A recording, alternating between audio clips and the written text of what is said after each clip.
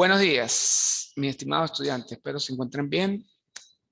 Eh, una vez dada ya la introducción de lo que era estática y visto el cronograma, hice unas modificaciones y corrí las fechas de la primera evaluación debido a que tuve unos problemitas con mi salud y pues atrasé casi toda una semana. Bueno, hoy vamos a tener el primer encuentro. Seguido a este voy a también montar el segundo encuentro para mañana, Dios mediante, o más tardar el sábado, tener el tercer encuentro y poder evaluarles su primer módulo. Este primer encuentro está relacionado a, fíjate que este módulo se compone en sistemas equivalentes y centroides. Este módulo, lo que vamos a ver a continuación, son sistemas equivalentes de fuerzas y por eso le coloqué parte 1, porque la parte 2 del módulo 1 es centroides. Entonces, vamos a arrancar con la parte teórica de cómo llegar a los sistemas equivalentes de fuerzas, ¿no? Vamos a partir de las generalidades de mecánica y elementos vectoriales. Fíjate que estática, yo en la introducción dije que generalmente en los textos lo encontramos como mecánica 1, ¿sí? O algunos textos lo encontramos como estática. Entonces, bueno, generalidades de mecánica o estática y elementos vectoriales. Vamos a arrancar partiendo con las generalidades de la mecánica, diciendo que la mecánica es una ciencia física que estudia el estado de reposo y el movimiento de los cuerpos sometidos a las acciones de fuerzas. Fíjate que los cuerpos, ¿sí?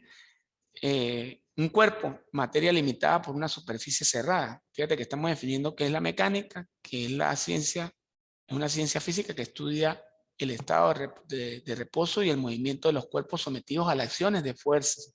Es decir, cuando hablamos de mecánica es porque un cuerpo está sometido a las acciones de fuerza.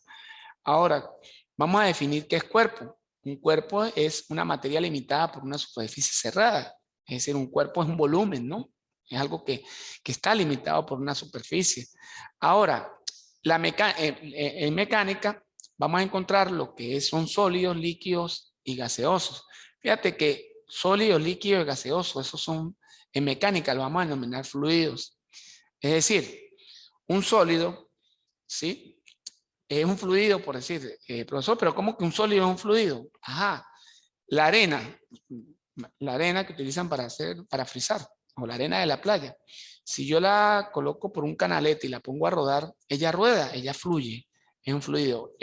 Por supuesto, los líquidos, que comúnmente los llamamos fluidos, el agua, el aceite, se mueven, ¿verdad? Y los gases, por supuesto, también se mueven, lo que es el propano, el butano, el aire, que está compuesto por una serie de gases también, son fluidos. Entonces, sólidos, líquidos y gaseosos se denominan en mecánica fluidos, ¿ok? La mecánica está subdividida en lo que es mecánica de sólidos, ¿sí? Y la mecánica de sólidos a su vez está subdividida en cuerpos rígidos y en cuerpos deformables. Para efectos de mecánica, vamos a estudiar los cuerpos rígidos, los que están en estado de reposo, de equilibrio y en movimiento. ¿Qué pasa?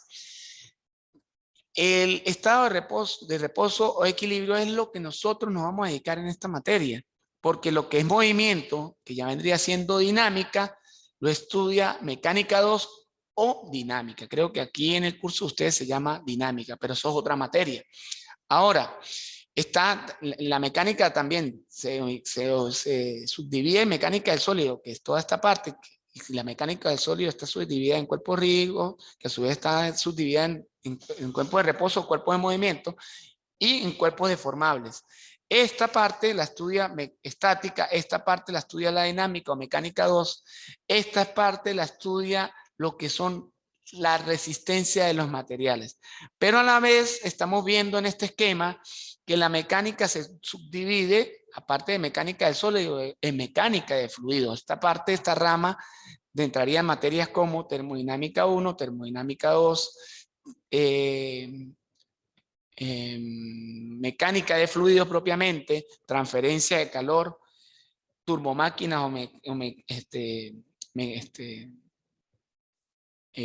turbomáquinas y lo que es plantas de potencia. Ok, pero no por decirle así, ¿no? Esta parte, pero no la vamos a estudiar. ¿Qué nos vamos a dedicar nosotros a estudiar?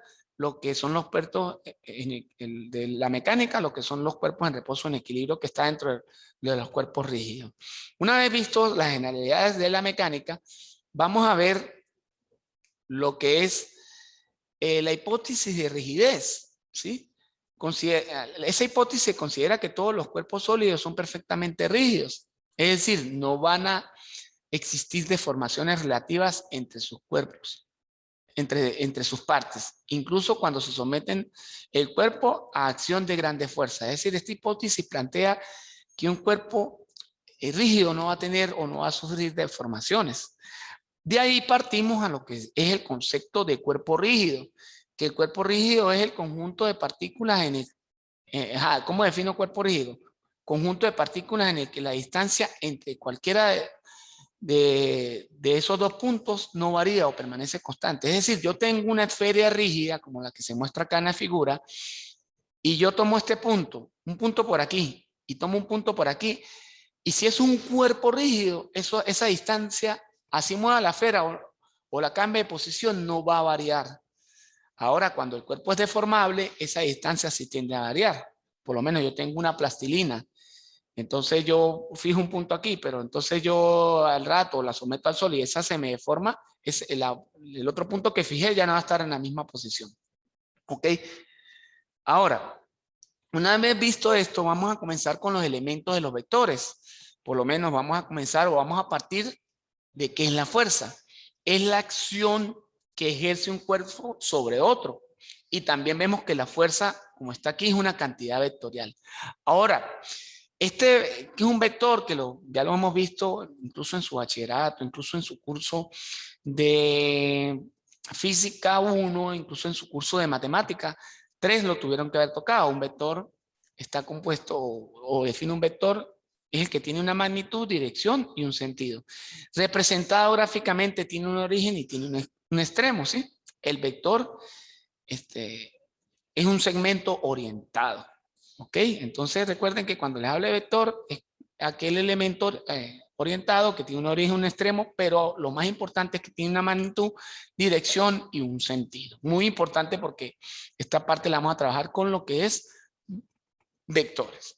Ahora, seguimos con los elementos de un vector. Vamos a ver la notación de un vector. Fíjate que un vector se denota en matemáticamente con una flechita, por lo menos A, y una flechita arriba, B y una flechita arriba, o con letras mayúsculas o letras minúsculas, como está aquí. Vamos a ver qué es la magnitud de un vector. Dice que se define como la medida del segmento que lo representa según una determinada escala. Es decir, cuando hablan de magnitud, básicamente lo que mide ese vector. ¿Qué es la notación o cómo notamos la magnitud de un vector? Bueno, se denota con dos, fíjate, si yo tengo A, es decir, A rayita, yo lo denoto con dos rayitas laterales para decir que es el módulo, o sencillamente lo connoto con la letra A sin la flechita arriba. Y eso me representa a mí el módulo del vector A. Vamos a hablar también de la definición de lo que es un vector unitario. El vector unitario es aquel cuya magnitud es 1. Es decir, que cuando yo hable de un vector unitario, el módulo siempre va a ser 1. Fíjate que la notación del vector unitario es muy importante, se da de notar, aparte de que ya sabemos que el módulo es 1, cuando yo hable del vector unitario propiamente va a ser una E y una rayita arriba. O sea, si estoy hablando del vector unitario de A, va a ser E rayita arriba, gorrito, A. Si yo estoy hablando del vector unitario B, va a ser E rayita arriba B. Y si yo estoy hablando del vector unitario C, va a ser E rayita arriba C, como está aquí.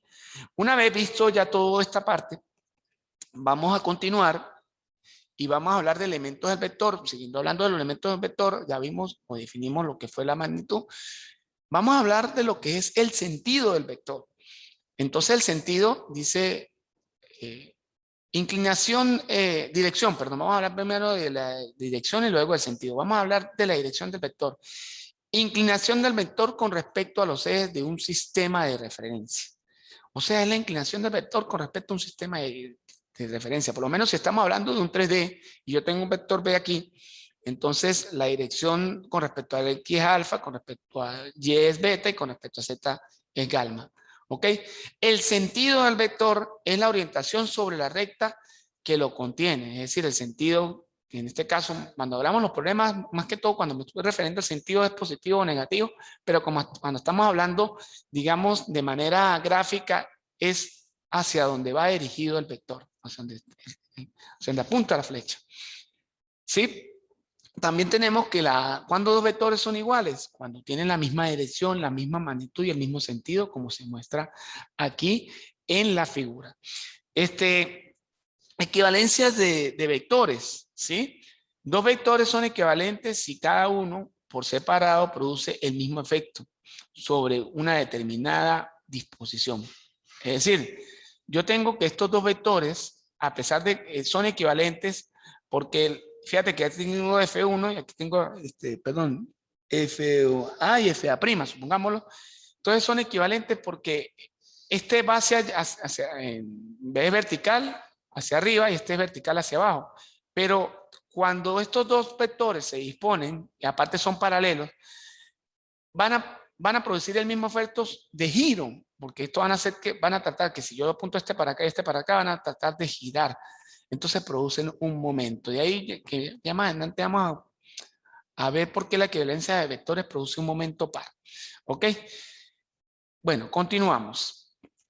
Dentro de los elementos de un vector, vamos a hablar ahora de lo que son operaciones con vectores. Fíjate que nosotros en nuestro curso de física, o en su curso de física 1, debieron haber visto lo que es suma de vectores, adición de vectores, que sencillamente para sumar vectores de manera gráfica tenemos el método del triángulo y el método del, ¿qué? Del paralelogramo. Si yo tengo el vector A y el vector B aquí, para el método del triángulo junto extremo con origen y la resultante en azul sería la resultante. Ahora si yo tengo el método del paralelogramo, uno origen con origen, paso paralela, y la resultante sería el vector C. Ahora, bueno, para sumar más vectores, pues generalmente se puede hacer por el método del paralelogramo o por el método del triángulo. También de manera analítica, que no está aquí, vamos a tener que para sumar vectores van a ser componente a componente. Si yo tengo un vector bidimensional, va a ser la componente en X con la componente en X en Y, más la componente en Y con la componente Y en J. Pero también vamos a tener dentro de las operaciones con vectores lo que es un producto escalar por un vector. Recuerden que para multiplicar un escalar por un vector, sencillamente yo multiplicaría ese escalar por cada una de las componentes que conforman ese vector. De manera gráfica, lo que va a hacer la multiplicación de un escalar por un vector es que me va a acrecentar ese segmento. Por decir, si el segmento, inicialmente el vector modularmente mide 3 y entonces el escalar que multiplica ese vector es un número determinado, lo que va a hacer es que va a crecer de pronto hasta 6, 7, dependiendo del escalar. ¿Ok? Entonces aquí vemos n por a, pues me da esto que está aquí. Ya les dije un poquito, lo que hace es que aumenta básicamente la magnitud del vector. Ahora, descomposición de un vector. Fíjate que un vector lo podemos descomponer en la suma de dos vectores. Más adelante en la clase práctica vamos a ver un resumen de toda esta guía a mano, un poco más comprimida. Y más lo que vamos a aplicar a los problemas. Pero esta parte es súper importante manejarla, la parte teórica. Si yo tengo un vector 1 y un vector 2, yo lo puedo descomponer como la suma de esos dos vectores porque es la resultante del vector B. ¿Ok? Entonces, esto también vamos a ver que yo puedo descomponer incluso 2 o 3 vectores también, pero generalmente para el ejemplo que yo tengo aquí, yo tengo que si yo descompongo el vector 1 y el vector 2, el vector B, que es el resultante rojo, yo lo puedo descomponer como la suma de esos dos vectores, ¿ok? Aquí vemos también a manera de descomposición de un vector, que esto lo vamos a ver cuando lo apliquemos a ver fuerza, que lo vamos a ver en el resumen, como vector fuerza, descompuesto por sus proyecciones angulares. Fíjate que aquí yo tengo un vector y ese vector yo lo puedo descomponer en el eje horizontal como Bx, que viene siendo el módulo por el coseno del ángulo, y como By, que viene siendo el módulo, en este caso, por el coseno de beta. Claro, aquí también se puede descomponer si yo digo B sub Y puede ser B por el seno de alfa, pero como vamos a trabajar en función del coseno, vamos a decir que Bx va a ser módulo de B, lo que mide B por el coseno de alfa y módulo de B por el coseno de beta. ¿Ok? Eso si lo vemos en 2D, pero también yo lo puedo componer en 3D. Si yo tengo en el espacio un vector, entonces para hallar B sub X, B sub Y y B sub Z, sería el módulo por el coseno de alfa, que es el ángulo que parte del eje X hacia el vector. El ángulo para hallar B sub Y sería el módulo por el coseno de beta, que es el ángulo que parte del eje Y hacia el vector. Y finalmente, para hallar la componente en Z, sería el módulo por el coseno de gamma, que es el ángulo que parte del eje Z hacia el vector. Fíjate que por Pitágoras tenemos que el módulo al cuadrado va a ser cada una de estas componentes elevada al cuadrado. Ya más adelante en el resumen vamos a ver que esto se llama descomposición de un vector fuerza por sus cosenos directores, que generalmente lo vamos a trabajar en 3D. ¿Ok? Entonces, la ecuación de un vector, o cómo vamos a definir nosotros un vector en mecánica 1, parte de un concepto que está bien claro en álgebra lineal y que aquí se los muestro, que va a ser, y aquí lo llamo ecuación de un vector, pero parte del álgebra lineal, porque recuerden que ustedes, bueno, no sé si han tenido la oportunidad de ver álgebra lineal, pero en álgebra, uno antes de ver álgebra lineal definía un vector geométricamente con una regla y buscaba la dirección en el plano con un transportador y etcétera. Y decía que si uno, incluso en física, lo ubicaba en un plano cartesiano, iba a buscar no,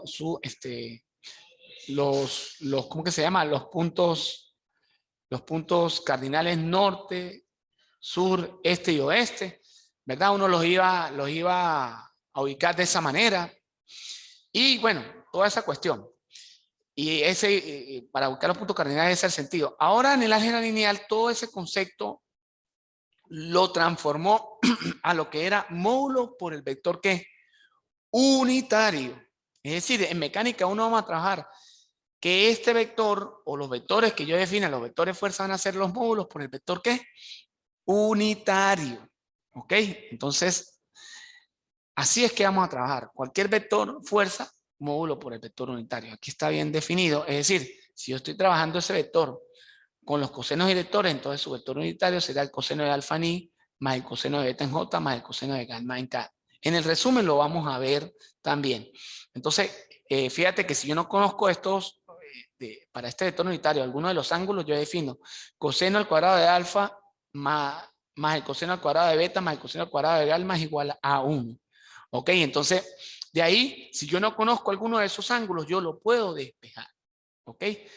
Bueno, entonces, claro que vamos a definir que el módulo, el vector de ahora en adelante lo vamos a definir como módulo por su vector unitario. Ahora vamos a ver, vamos a trabajar con las fuerzas. Fíjate, vamos a entrar en el tema de las fuerzas. Fíjate que aplicación de una fuerza. ¿Cómo se puede aplicar una fuerza?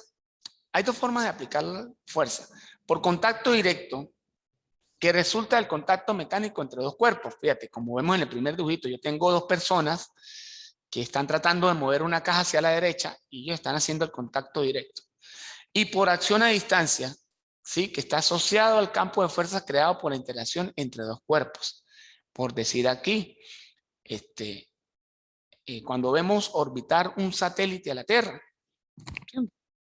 o una estación espacial, esa no sale esa órbita por la acción de esa fuerza a distancia, o sea, se mantiene ahí, se mantiene, no va a salir.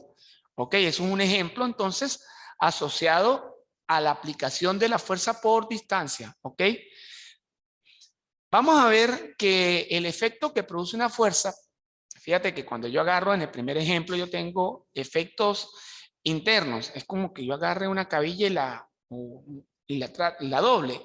Entonces, cuando le aplique esa fuerza, ella va a producir internamente una fuerza dentro del cuerpo. Y están por esfuerzos externos, que, bueno, aquí este ejemplo está como un poquito, digamos, y no se aprecia bien, pero se lo voy a explicar con un ejemplo de la vida real. Un ejemplo externo sería cuando yo coloco una valla publicitaria para hacer publicidad a algún centro comercial, alguna propaganda, algún producto, y la coloco en una avenida.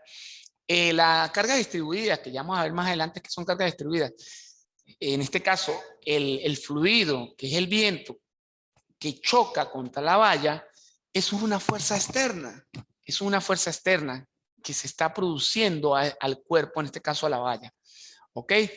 Entonces tenemos que por el efecto que puede producir una fuerza son internos o pueden ser externos también. ¿Ok? Que vengan de fuerzas externas. ¿Ok? Entonces, continuamos. También para hallar dentro de las fuerzas tenemos que la fuerza es una cantidad física vectorial. ¿Ok? Y como es una cantidad física vectorial, vemos que podemos tener un vector fijo, como se muestra aquí.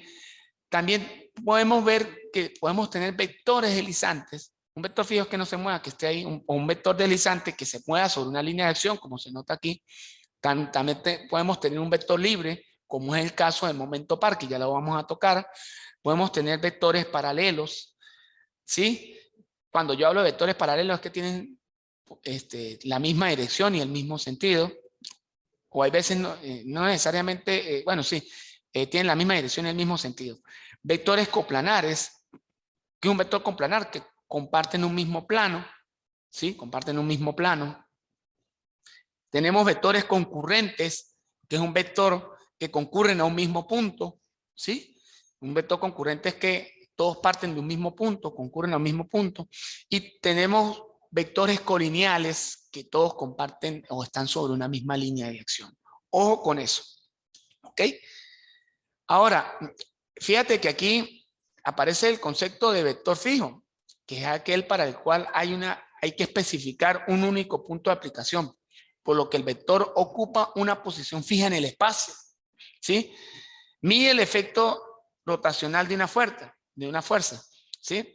El punto de aplicación de la fuerza varía, dice, el punto de aplicación de la fuerza varía el momento, o sea que depende del punto de aplicación de esa fuerza, varía el momento.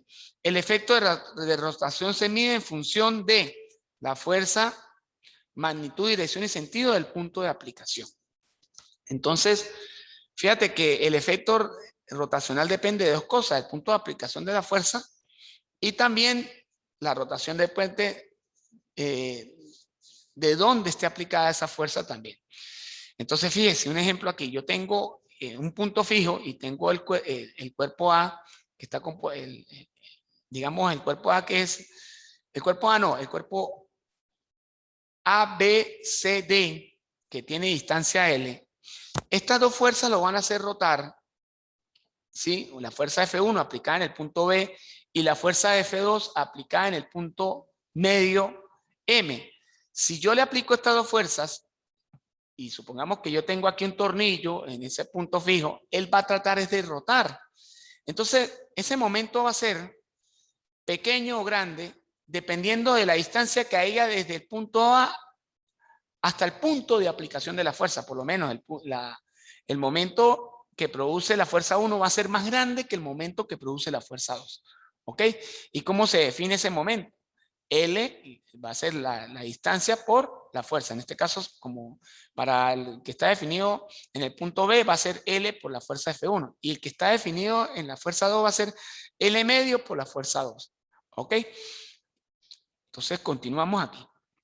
Dice también que el vector libre es aquel que no presenta una localización específica, a diferencia del vector fijo que sí debe presentar una localización específica, ¿ok? En el espacio. Entonces el vector libre no.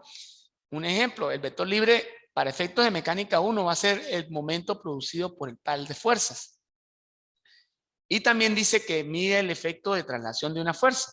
Entonces, el ejemplo más claro, que lo vamos a ver en la aplicación de los problemas que nosotros tenemos, va a ser el momento par, que va a ser un vector libre. Ahora, fíjate que el vector deslizante, estamos definiendo todo lo que vimos en el cuadro, es aquel para el que se conserva una sola, fíjate, es aquel para el que se conserva una sola recta, a lo largo de la cual actúa la fuerza sin modificar su efecto externo.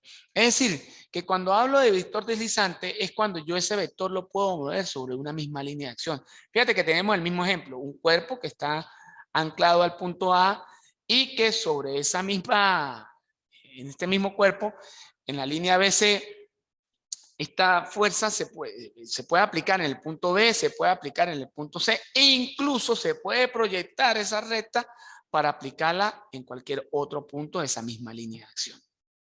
Y entiéndase por línea de acción de fuerza, está referida a la recta que contiene la fuerza o el momento que se desea deslizar sobre esa recta. Esta línea, fíjate que está representada aquí por la línea que está prolongada en el segmento BC. Es decir, si yo no solamente la puedo deslizar sobre el segmento BC, sino que la puedo proyectar más adelante y la puedo aplicar allí. ¿Ok? Entonces, continuamos. Fíjate, diferencia entre un vector posición y un vector fuerza. Aquí dice, el vector posición es aquel que está definida por dos puntos, inicio y fin. Ojo, el vector posición es aquel que está definida por dos puntos, inicio y fin. ¿Sí? Mientras que el vector fuerza es aquel que presenta la magnitud propia, pero su localización está definida por un vector posición.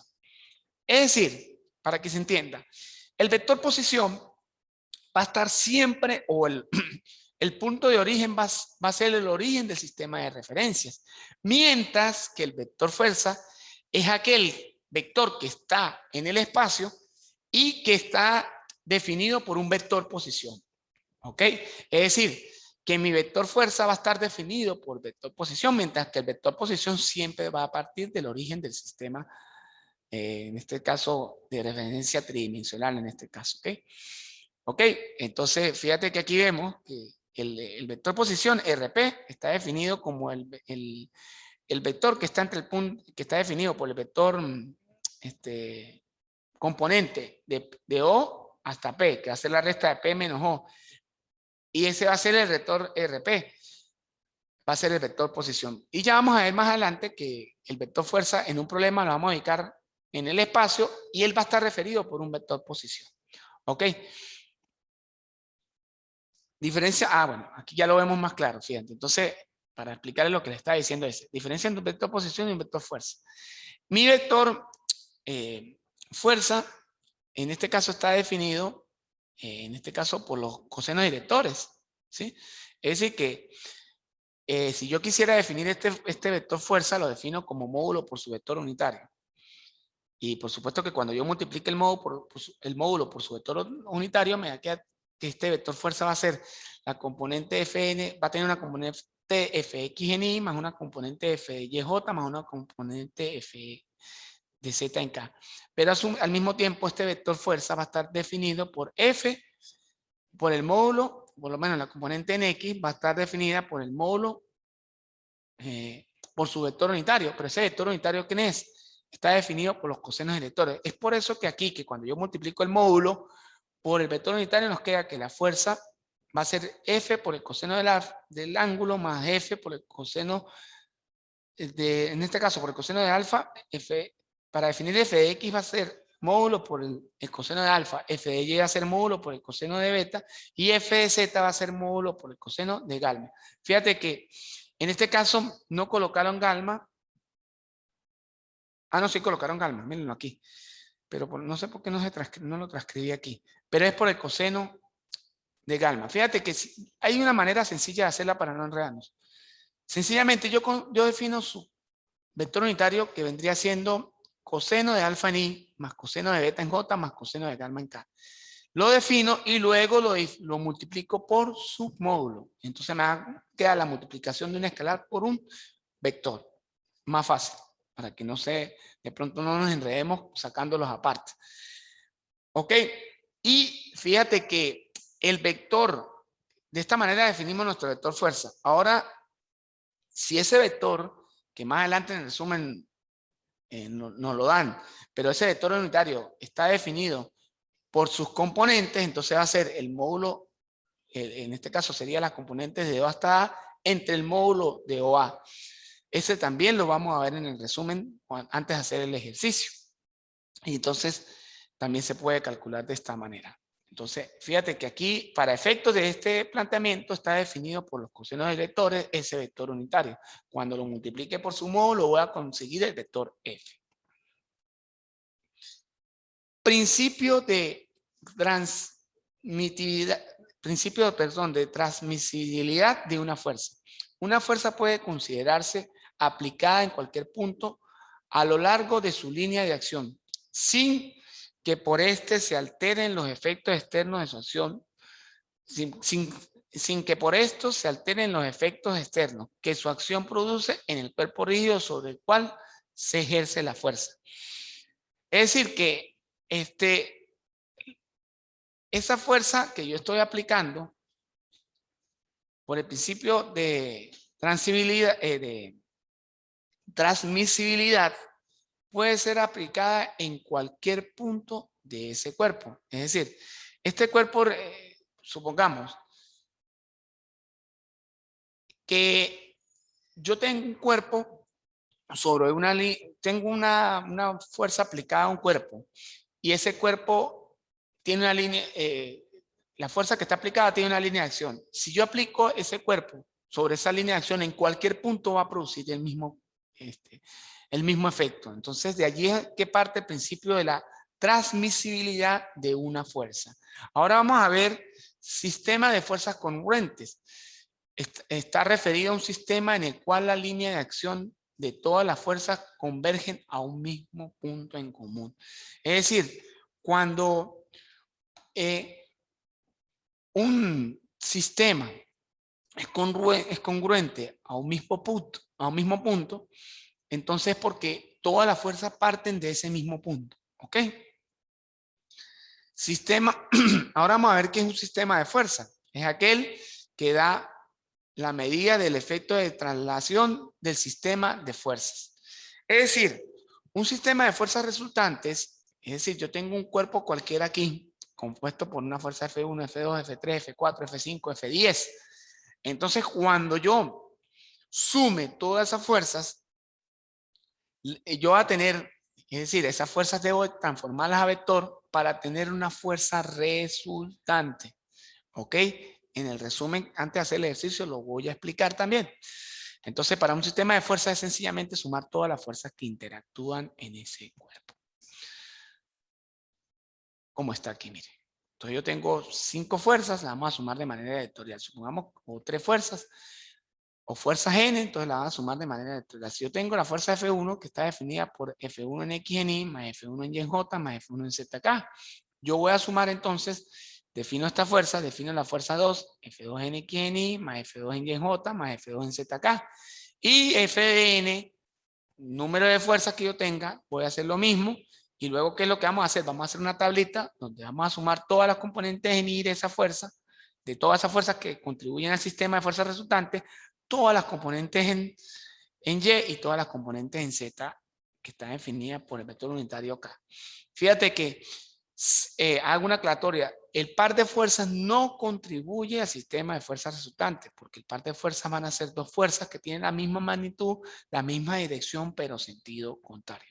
Fíjate que para conseguir igualmente el módulo, aquí conseguimos la fuerza de manera vectorial y aquí de manera modular. Para conseguir yo el vector fuerza resultante modular, primero deberíamos tener el vector fuerza vectorial para luego tomar cada una de esas componentes y elevarlas al cuadrado y aplicar lo que es el teorema de Pitágoras para poder conseguir lo que es la fuerza resultante. ¿Y cómo conseguimos nosotros el vector unitario de una fuerza? Dividiendo el vector fuerza entre el módulo de ese vector fuerza. Fíjate que ahora lo vamos a aplicar para conseguir el vector unitario de la fuerza resultante. Eso está dentro de la teoría de vector unitario que la vimos antes ahorita, ¿no? La vimos en esta misma clase, en las láminas anteriores.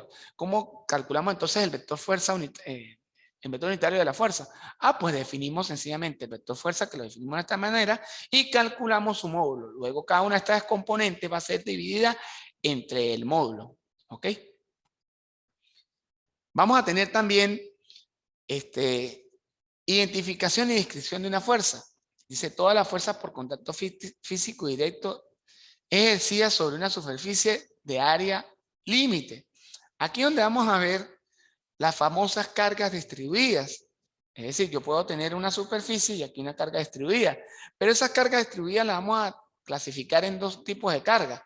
En carga distribuida uniforme y en carga distribuidas no uniformes. Las cargas distribuidas uniformes son las que están definidas de manera rectangular, de manera geométrica, es decir, donde no va a cambiar SW y que están dadas de esta manera. Pero fíjate que para efectos de mecánica 1, las cargas distribuidas nosotros no las podemos trabajar como carga distribuida, nosotros debemos puntualizarlas. Entonces, por lo menos si nosotros tenemos una carga distribuida de manera uniforme, la vamos a tener que puntualizar de manera modular y ese módulo se va a definir como W por L. Ese punto de aplicación sobre esa carga distribuida rectangular, como la vemos aquí, va a estar definida en L medios. ¿Ok? Un ejemplo de una carga uniforme en la vida real es cuando yo tengo un acuario, sí, ese que utilizamos para meterle peces de manera doméstica. Entonces, el fluido, que en este caso es el agua, va a ejercer puntos de carga distribuida sobre las paredes del acuario. ¿Sí? Pero si yo voy a estudiar una de las paredes del acuario, yo no la puedo estudiar con los infinitos puntos de fuerza aplicadas allí, debo concentrarla en una sola. Pero un ejemplo a manera real de carga distribuida uniforme es ese. Ahora, de carga distribuida variable se van a clasificar en carga distribuida triangular rectangular y en carga trapezoidal. Fíjate que aquí me voy a detener un momento porque la carga rectangular distribuida, no uniforme, que es un triángulo rectángulo, esa va a estar dada de esta manera y el punto de aplicación de esa carga va a estar dada, si lo miro de dos formas, va a estar dada a 2/3 del ángulo recto, si lo miro del ángulo agudo, perdón, va a estar a 2/3 de L y si lo miro del ángulo recto va a estar a 1/3 de L, como se muestra aquí en la figura.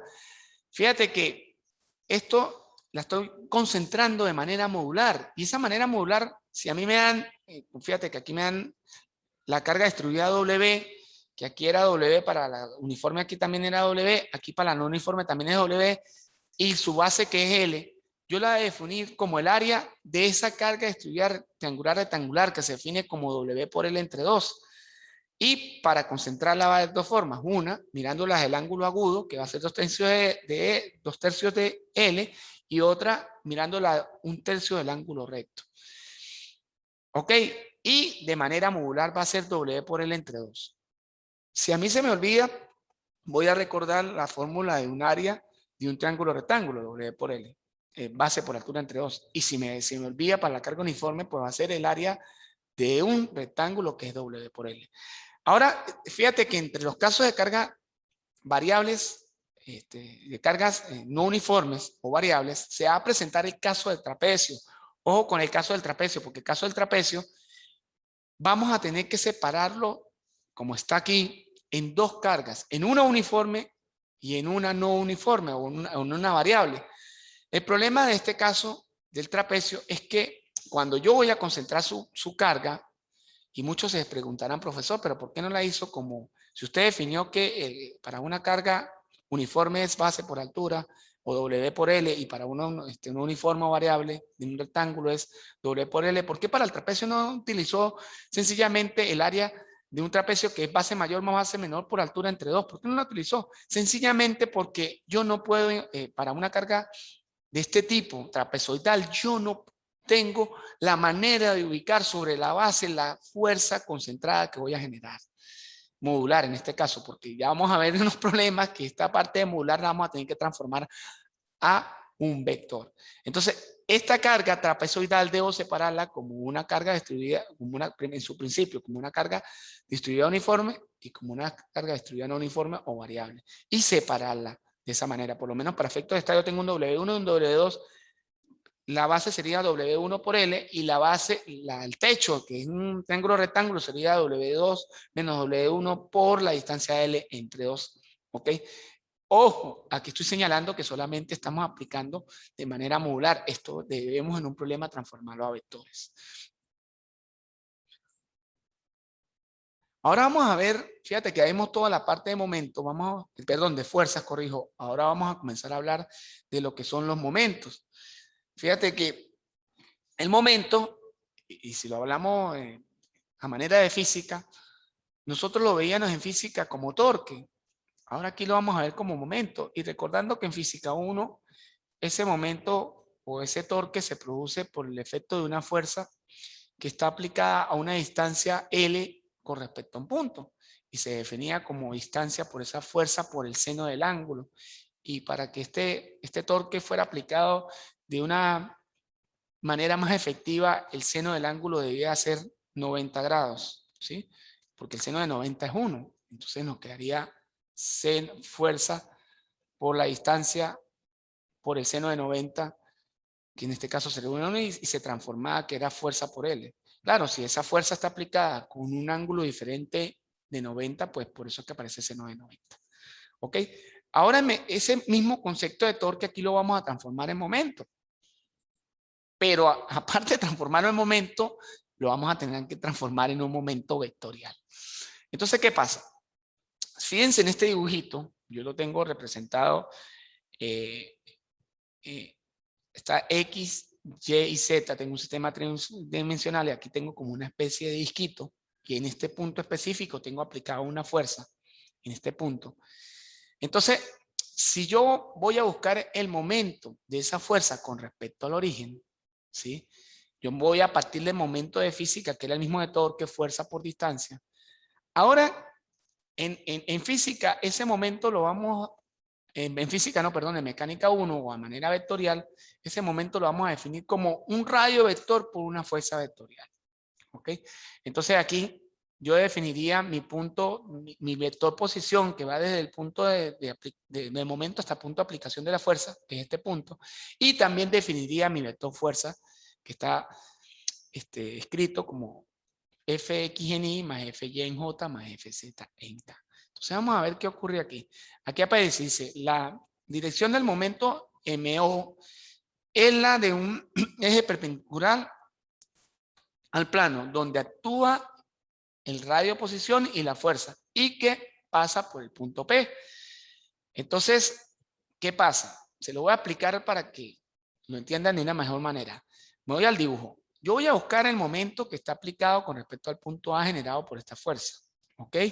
Entonces, ¿qué pasa? Yo voy a aplicar que para definir mi vector momento va a ser el vector posición por la fuerza.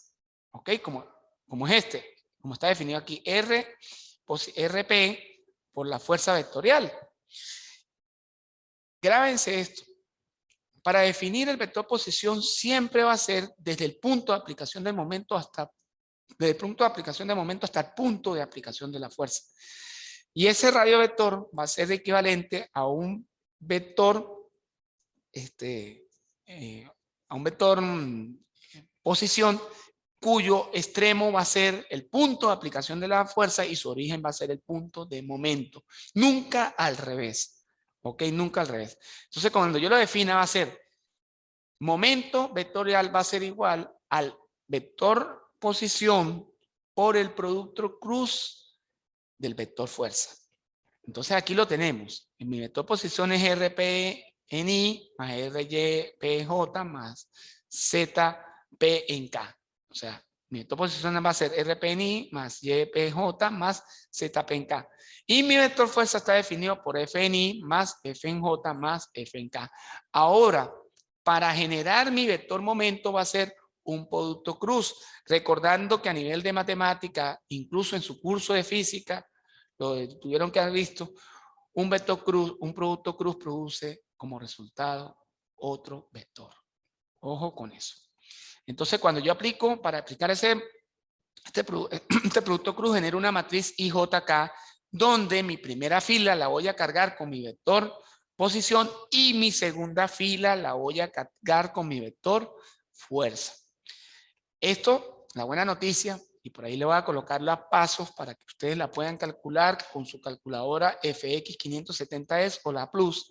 Eso lo hace la calculadora, muchachos, porque a mano es un poco tedioso. Entonces yo voy a ver si hoy se los puedo montar en la plataforma para que ustedes lo puedan hacer paso a paso con la calculadora. Yo genero esta matriz y cuando yo introduzca esta matriz en mi calculadora me va a generar un vector momento que va a tener en su, se va a escribir como el vector momento de esa fuerza con respecto al punto O, momento en Y, más mx en Y, más el momento en YJ, más el momento en ZK. Si a mí me piden calcular el módulo de ese momento, pues sencillamente aplico el teorema de Pitágoras. Una vez que consiga el vector momento, saco la raíz cuadrada de cada una de sus componentes elevada al cuadrado. ¿Ok? Y si me piden el unitario de ese vector momento, aplico la definición de vector unitario, que vendría siendo en este caso, pero ahora para momento, vector momento entre el módulo del vector momento. Continuamos. Fíjate que el vector momento, vamos a tener dos tipos de momentos, ¿no? Un momento que se va a llamar momento par, un momento paralelo, perdón, y vamos a tener un momento perpendicular. El momento paralelo es cuando yo proyecto el vector momento resultante sobre la recta L. Es una proyección de un vector sobre una recta L. Entonces, ¿qué pasa? Que el momento O yo lo voy a proyectar sobre esta recta L. Si yo quiero calcular mi momento paralelo, sería el momento O con respecto el momento que se generó de la fuerza con respecto a un punto O por el vector unitario de esta recta L. Este es un producto punto. Este producto punto me va a generar un escalar. Si yo ahora, cuando ya generé el módulo, digamos el módulo del vector paralelo, si yo lo quiero transformar ahora a vector, lo multiplico por el vector unitario de la recta L. Entonces fíjate que ahí voy a tener lo que se llama proyección de un vector sobre una recta L. ¿Cómo lo vamos a proyectar ese momento para conseguir el paralelo? Va a ser el momento O por el vector unitario de la recta L. Eso me va a generar un escalar. Y cuando ya me genere ese escalar, aplico un escalar por el producto vectorial del vector unitario de la recta R. ¿Ok? Y eso me va a generar a mí el vector momento paralelo. Para calcular el momento perpendicular, ya lo vamos a ver en la clase siguiente, en un problema para que me lo entiendan de una mejor forma. Aquí aparece algo súper importante, que es el teorema de Barigón. ¿Sí? Barimón. ¿Sí? Y dice, el momento que produce una fuerza con respecto a un punto se corresponde con la suma de los momentos de sus fuerzas componentes con respecto al mismo punto. ¿Qué pasa? En un problema yo voy a tener muchas fuerzas aplicadas a un cuerpo. Y esas fuerzas con respecto a un punto van a producir un momento. Yo voy a tener que calcular, ya definimos que para calcular las fuerzas resultantes yo sumaba todas esas fuerzas y que las fuerzas pares no iban a producir efectos sobre la fuerza resultante. Pero ahora bien, todas esas fuerzas individuales van a producir momentos sobre un punto. Y todos esos momentos individuales se van a tener que sumar. Eso es lo que dice el teorema de Varignon. ¿Sí? Varignon. Que yo voy a tener que sumar todos esos momentos. Incluso los momentos producidos por los pares de fuerzas, que en un momento yo, comenzando la clase, dije que los pares de fuerzas no iban a contribuir a las fuerzas resultantes, pero que sí iban a producir momentos. Entonces, eso que también es un vector libre. Ese vector libre y ese par fuerza sí va a sumar al momento resultante respecto al punto O. Es decir, entonces, ¿qué es lo que dice este teorema? Que básicamente yo voy a tener que calcular todos los momentos individuales por separados más el momento par y lo debo de sumar para obtener un momento resultante. Entonces, ¿qué pasa? Vamos a tener también, aparte de que ya vimos para qué servía ese teorema, vamos a ver qué es un sistema de fuerza par. yo dije que ese sistema de fuerza par no contribuye al sistema de fuerza resultante, pero sí produce un momento. Fíjate, yo tengo aquí en azul, vamos a verlo con un ejemplo real. Un muelle un sistema de muelle que se utiliza para moler caña de azúcar, de manera, digamos, muy arcaica, muy prehistórica. Yo tengo aquí dos mulas que mueven un sistema de engranajes aquí, y esta aplica una fuerza, esta aplica también otra fuerza, que tienen la misma magnitud, que tienen la misma dirección, pero sentido contrario. Para que esto produzca rotación o produzca momento, esta se mueve en esta dirección y sentido, y esta se mueve en esta otra dirección, entonces produce giro. Ok, ya de producir giro. Esto es de manera física, para que me lo entiendan. Ahora, de manera vectorial, yo tengo esta fuerza F, que está representada por esta, y aquí tengo la otra fuerza que está representada por esta. Y ellas están separadas una distancia D. ¿Lo ven? Esa distancia entre esas dos fuerzas debe de ser siempre perpendicular. ¿Ok? Entonces, ¿cómo voy a definir yo un vector par momento? Lo defino como el módulo del vector par por el vector unitario de ese vector par. Pero ¿cómo defino yo el módulo de ese vector par? Sería la fuerza, ¿sí?, por la distancia perpendicular entre las dos fuerzas. Bueno, aquí dice donde F es el módulo de la fuerza y D es la distancia mínima de separación entre ambas. Esa distancia mínima de separación entre ambas siempre debe ser la perpendicular. ¿Ok? Dice, dirección del momento par, fíjate que la dirección del momento par, como se nota aquí en el dibujito, va a producir un vector perpendicular siempre al plano, ¿sí? Y el sentido, el avance hacia donde tiendan a girar la fuerza, ese sentido puede ser positivo si gira en contra de las agujas del reloj y negativo si gira a favor de las agujas del reloj. Entonces ya definimos qué es un momento par también. Ahora sí vamos a hablar, fíjate que toda esa teoría, partiendo desde el principio, que vimos la introducción a la mecánica, vimos todas sus ramas, vimos lo que fueron definición de vectores, la fuerza, vimos momentos. Ahora vamos a ver, todo eso lo vimos para ver qué son sistemas equivalentes o equivalencia de sistemas. Entonces, un sistema donde actúan n cantidad de fuerzas y por ende genera n cantidad de momentos, como lo dije hace rato, lo podemos reducir en un sistema de equivalencia de una sola fuerza y de un solo momento. Es decir, fíjate, del lado izquierdo yo tengo un sistema tridimensional donde van a estar aplicadas una serie de fuerzas, ¿verdad? N fuerzas sobre un punto. Y entonces, para yo conseguir el sistema equivalente de fuerzas, yo debo primero conseguir el sistema resultante. Y ese sistema resultante, que también lo vamos a ver en nuestro resumen antes de hacer el ejercicio, va a producir una fuerza resultante. Recuerden que yo lo dije, que para hallar esta fuerza resultante es la sumatoria de todas las fuerzas individuales sin incluir las pares. Y como cada una de estas fuerzas va a producir un momento respecto a un punto, ese momento a través del teorema de Varignon se van a sumar todos esos momentos incluyendo las pares. Entonces, el sistema del lado izquierdo va a ser equivalente al sistema del lado derecho cuando yo consiga la fuerza resultante y el momento resultante.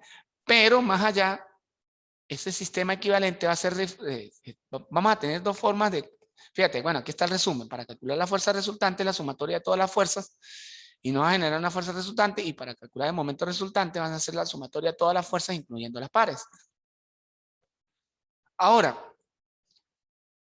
ahorita en un problema, me adelanté, en un problema o en la aplicación de los problemas, vamos a ver que este sistema equivalente va a ser reducible a un sistema de fuerzas equivalente a un torsor o a una fuerza única. Ya en el resumen lo vamos a ver. ¿Qué va a pasar con la fuerza única? Que me voy a adelantar.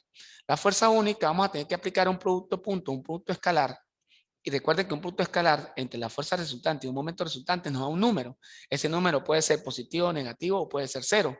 Si el número es cero, al efectuar el producto punto, la fuerza resultante por el momento resultante aplicado en un determinado punto del sistema, nos da cero. Ese sistema equivalente va a ser reducible a una fuerza única. Pero si nos da diferente de cero, ese sistema equivalente va a ser reducible a un torsor positivo o negativo.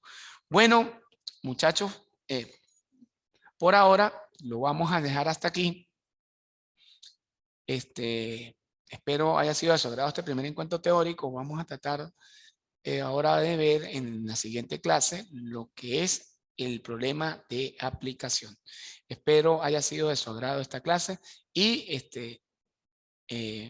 tengan una feliz y bendecida tarde.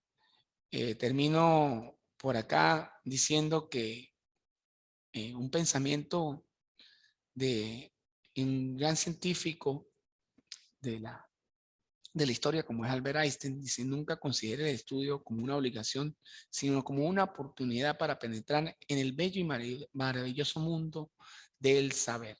Eso lo dijo Albert Einstein. Muchas gracias por su atención.